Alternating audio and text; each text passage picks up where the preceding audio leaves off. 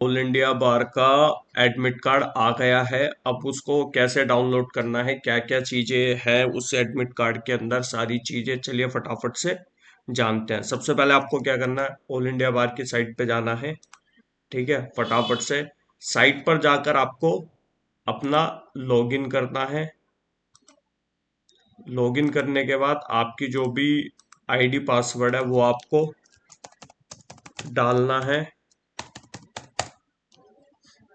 ठीक है, ID password डालने के बाद मैं भी डाल लेता हूँ, आप भी आईडी पासवर्ड से लॉगिन कर लीजिए। जैसे ये लॉगिन हो गया, इधर आप देख रहे होंगे लिखा आ रहा है डाउनलोड एडमिट कार्ड।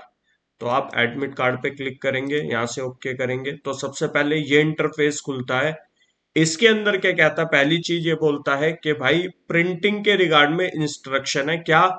जो आपका एडमिट कार्ड है सबसे पहले वो A4 साइज पे होना चाहिए।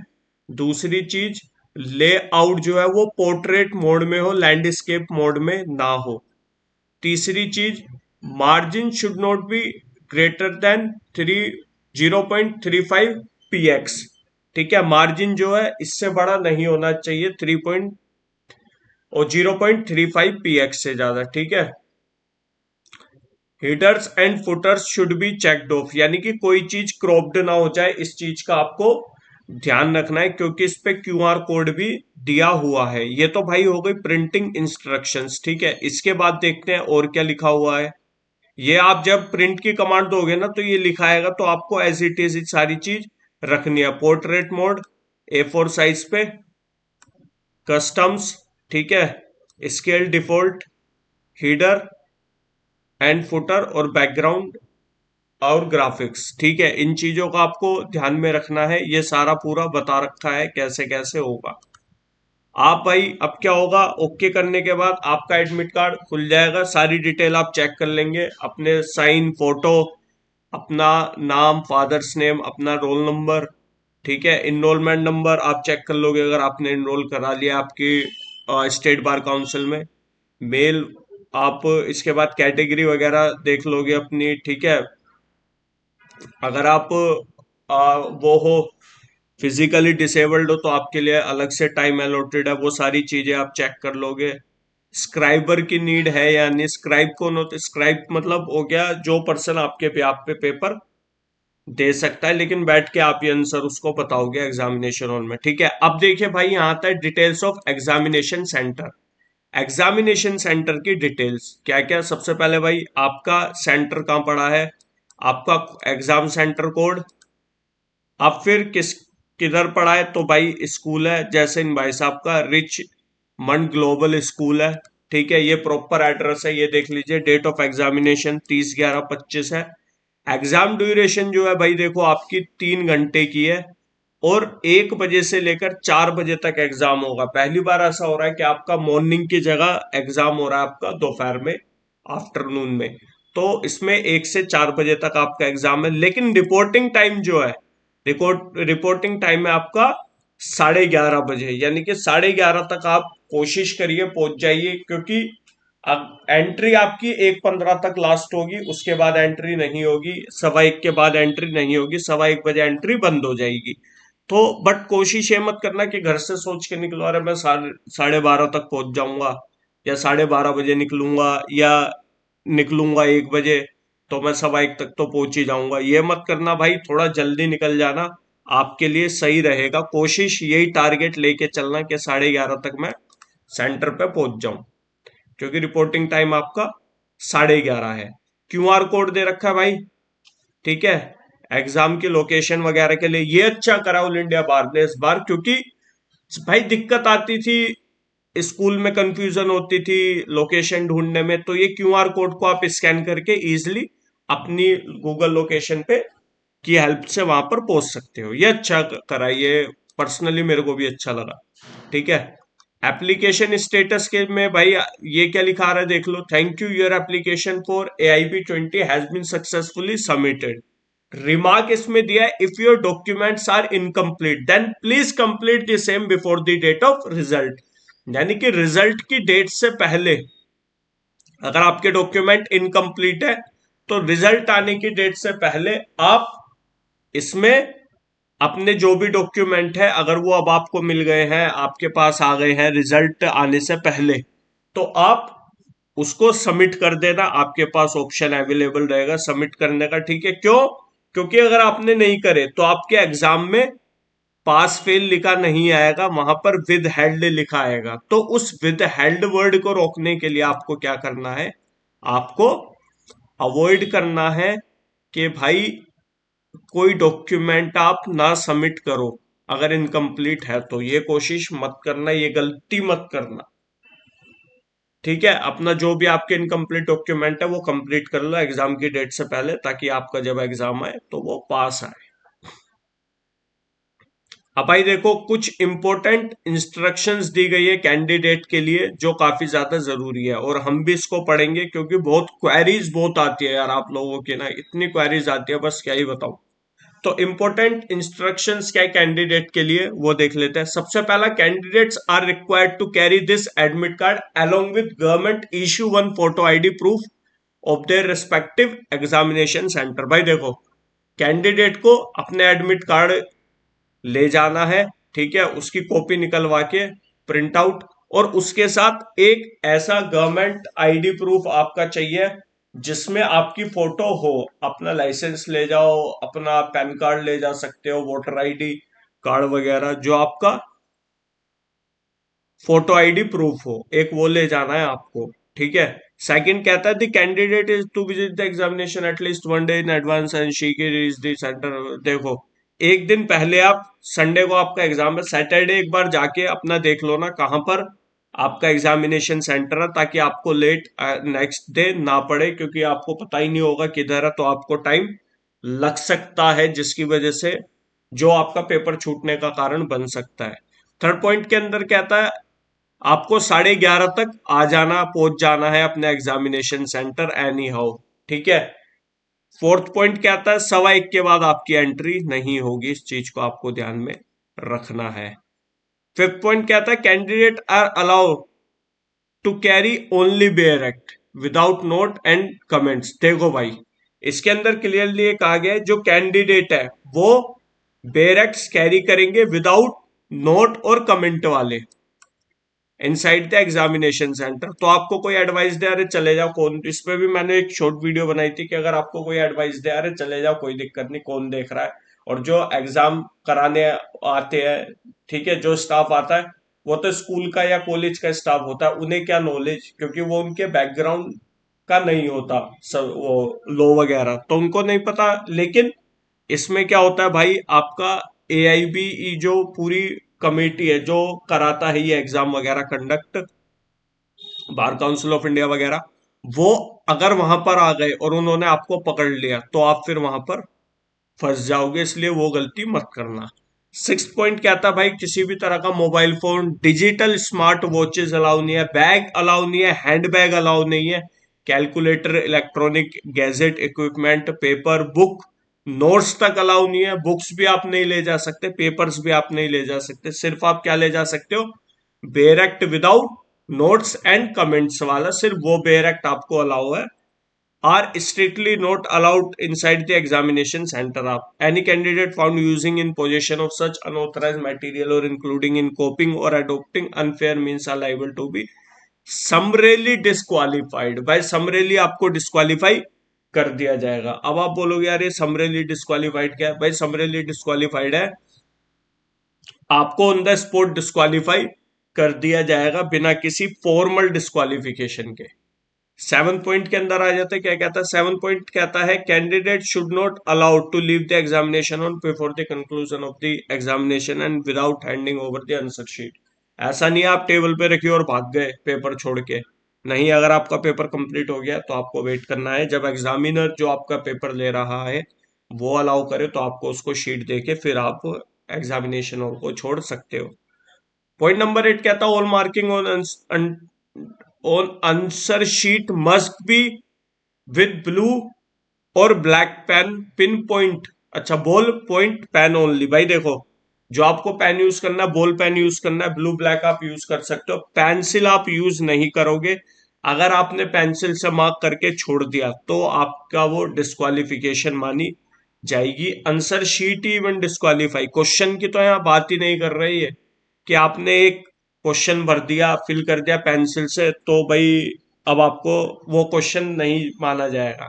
इस चीज की तो अभी तक ये बात नहीं कर रही, ये कह रहे हैं अगर आपने आंसर शीट में कुछ भी पेंसिल से करा, मार्किंग वगैरह करी, तो आपका पेपर एग्जाम में डिस्क्वालीफाई में माना जाएगा।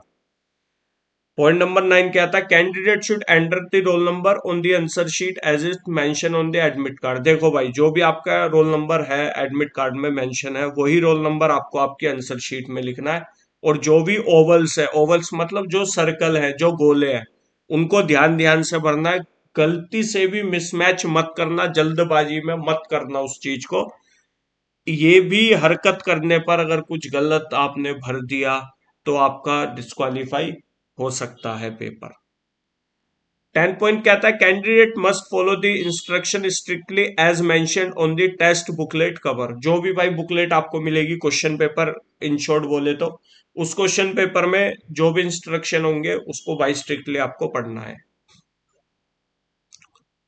पॉइंट नंबर 11 देख लेते हैं, candidate should fill the question booklet set code and roll number and all other necessary information correctly on the answer sheet. भाई देखो, जो आपकी क्वेश्चन बुकलेट है पे जो सेट कोड डला हुआ, क्योंकि ABCD कोड होते हैं, तो आपका जो भी कोड होगा वो भाई ध्यान से भरना। लास्ट ईयर मेरे को बहुत लोगों के मैसेजेस ऐसे, जाके मेरी प्रीवियस वीडियोस के कमेंट में आप पढ़ सकते हो कि सर मैंने तो वो कोड गलत भर दिया, सर मैंने तो रोल नंबर गलत भर दिया, सर वो तो सेट कोड ही गलत भर दिया। क्यों, क्या होगा, मान लो आपने अपनी आंसर शीट पे लिखा कोड नंबर, आपने लिखा A, बट आपके पास जो क्वेश्चन पेपर आया वो आया सेट B का, तो जो आपका चेक करेंगे वो ए के क्वेश्चन के अकॉर्डिंगली चेक करेंगे। तो इसमें आपको फिर यार क्या ही पास होगे, एक तरीके से पेपर देना ना देना बराबरी हो गया आपके लिए, तो ये गलती मत करना।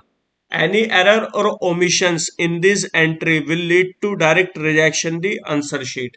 भाई कोई भी एरर और ओमिशन हुआ, एंट्रीज जो भी आप कर रहे हो, और अगर पाया गया किसी भी तरह का एरर या ओमिशन, तो आपकी आंसर शीट को डायरेक्ट रिजेक्ट कर दिया जाएगा। क्वेश्चन नंबर 12 कहता है, ओ क्वेश्चन कह रहा हूं, 12 पॉइंट कहता है in the case of more than 40% disability, अगर 40% से ज्यादा डिसेबिलिटी है तो भाई 20 मिनट एक्स्ट्रा मिलेंगे उनको। ठीक है, अपनी सर्टिफाइड कॉपी डिसेबिलिटी की जो सर्टिफिकेट है, उसकी सर्टिफाइड कॉपी आपको जाके इन्विजिलेटर यानी कि जो आपका एग्जाम ले रहा है उसको जाकर देनी है, तभी आपको एक्स्ट्रा टाइम अवेलेबल होगा। 13 पॉइंट भी उन्हीं के लिए है। देखो भाई, in case of any disability which prevent a candidate from writing the exam himself और self, blindness, locomotor disability, both are affected BA and cerebral palsy, then the scribe should be preferably be class 10th और 12th। भाई देखो, कुछ ऐसे होंगे disability इस तरीके की कि वो अपना पेपर नहीं कर सकते, वो उनमें सर्कल फिल नहीं कर सकते, राइटिंग नहीं कर सकते, तो ऐसे में वो अपने साथ स्क्राइब लेके आएंगे, स्क्राइब को जो उनके बिहाफ पर उस आंसर शीट को भरेगा। ये जो होना चाहिए स्क्राइब, ये 10th या 12th क्लास का स्टूडेंट होना चाहिए। पर 12th क्लास का भी अगर होगा तो उसमें पॉलिटिकल साइंस ना हो, ह्यूमैनिटीज ना हो। ठीक है, ह्यूमैनिटीज मतलब आर्ट्स ना हो, पॉलिटिकल साइंस या लीगल स्टडीज का कोई भी सब्जेक्ट ना हो। ठीक है, ह्यूमैनिटीज विद पॉलिटिकल साइंस ना हो उसके पास, क्योंकि कुछ स्कूल्स में स्पेशली केवी में, केंद्रीय विद्यालय में भी ह्यूमैनिटीज में चॉइस है कि आप या तो इकोनॉमिक्स ले लो या फिर पॉलिटिकल साइंस ले लो।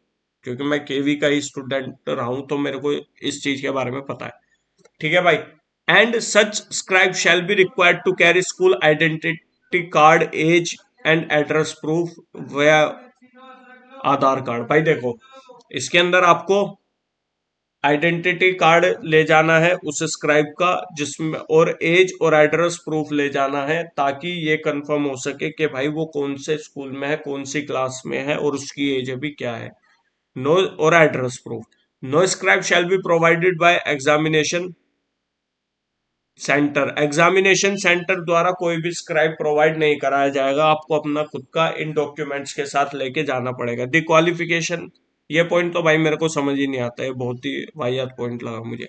The qualification of scribe should be preferably be at least 1 step below the below of the qualification of the candidate. अब ये कह रहे हैं यार जो भी स्क्राइब आएगा उसकी क्वालिफिकेशन जिसका वो एग्जाम देने आ रहा है यानी कि एआईबी का, उससे एक स्टेप पीछे होनी चाहिए। तो एक स्टेप पीछे तो ग्रेजुएशन वाला भी हो गया, ठीक है, बीए वाला भी हो गया। तो यार ग्रेजुएशन वाले को तो आप अलाउ ही नहीं कर रहे। आप 10th और 12th स्टूडेंट जब आपने डाल लिया तो बिलो एक स्टेप वाला आपको स्क्राइब चाहिए, तो वो तो कोई फायदा ही नहीं है। तो इस पॉइंट को छोड़ो, क्या 14 पॉइंट पे आ जाओ। The candidature to the examination is provisional only thus candidate. हाँ भाई, अभी जो आपको जो भी एडमिट कार्ड वगैरह मिला, इसका मतलब ये नहीं है कि आपने फॉर्म वगैरह भर दिया तो आप डिस्क्वालीफाई नहीं हो सकते। कहीं भी किसी भी पॉइंट पर आपकी एलिजिबिलिटी को लेकर कोई भी क्वेश्चन रेज हो गया, जहां पाया गया कि आप एलिजिबल उस टाइम पर थे ही नहीं, तो ऐसे में भाई आपका कैंडिडेचर रिजेक्ट हो जाएगा, यानी कि आपका फॉर्म तभी के तभी खत्म हो जाएगा। बेशक आपने एग्जाम दे के आप बैठ गए हो, वेट कर रहे हो रिजल्ट का, और आपको ये लग रहा है कि अब तो कोई दिक्कत नहीं है, मैंने कुछ हेरा फेरी तो करी थी, तो भाई इस भ्रम में मत रहना। अभी से बोल रहा हूं, सावधान हो जाओ। पॉइंट नंबर 15 कहता है candidate found cheating restoring to unfair means by invigilator shall ordinarily be debarred from taking the exam. Candidate कोई भी चीटिंग करता है, कोई भी अनफेयर मीन्स के थ्रू कुछ करता है, तो इन्विजिलेटर को राइट है कि वो आपको एग्जाम से डिबार्ड कर सकता है, यानी कि आपकी आंसर शीट ले सकता है, आपको वहां से जाने के लिए कह सकता है। अब भाई एक बहुत जरूरी पॉइंट है, नीचे बहुत ज्यादा लोगों की वो रहती है कंफ्यूजन इस चीज को लेके कि भाई कब तक ऑल इंडिया बार का एग्जाम दे सकते हैं, कब तक नहीं दे सकते, क्या होता है क्या नहीं होता। देखो सिंपल सा फॉर्मूला आपको बताता हूँ भाई। The all India bar examination is bill held since year 2010. It is mandatory for every newly enrolled advocate to clear within 2 year of enrollment. देखो भाई, आपको 2010 के बाद अगर आपने लॉ करी है, 2010 के बाद जो भी लॉ करी है जिन लोगों ने, उनको फिर से मतलब उनको क्या करना पड़ेगा, उनको अगर उन्होंने न्यू इनरोलमेंट कराया है तो फिर उनको एग्जाम देना पड़ेगा।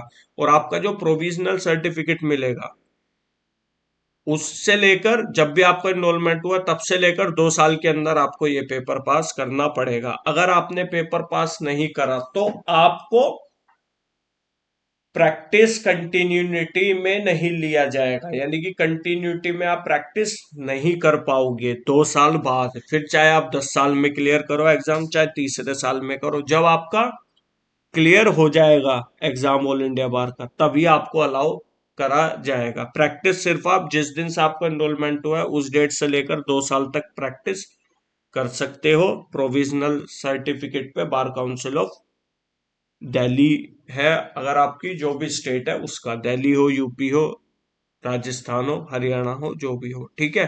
तो इसमें 2 साल का टाइम पीरियड है, 2 साल के अंदर तक आपने कर लिया, ठीक है। अगर नहीं करा तो आपका राइट ऑफ प्रैक्टिस वापस ले लिया जाएगा। फिर कब आपको मिलेगा वो, जब आप ऑल इंडिया बार का एग्जाम पास कर लोगे, वरना आपका राइट ऑफ प्रैक्टिस नहीं मिलेगा।